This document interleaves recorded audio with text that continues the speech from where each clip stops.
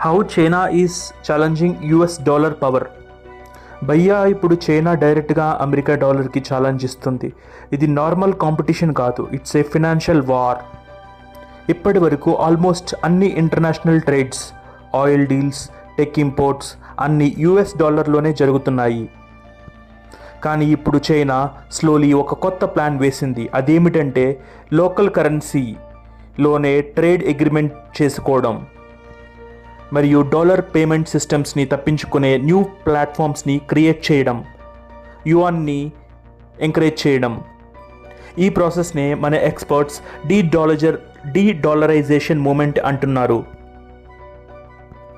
దీనివల్ల China ఎకనామీకి US పైన ఆధారపడే అవకాశం తగ్గిపోతుంది.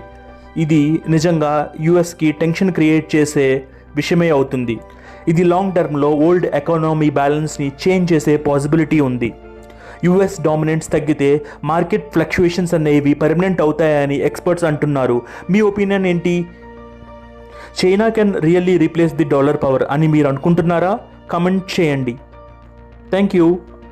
Like, share and subscribe.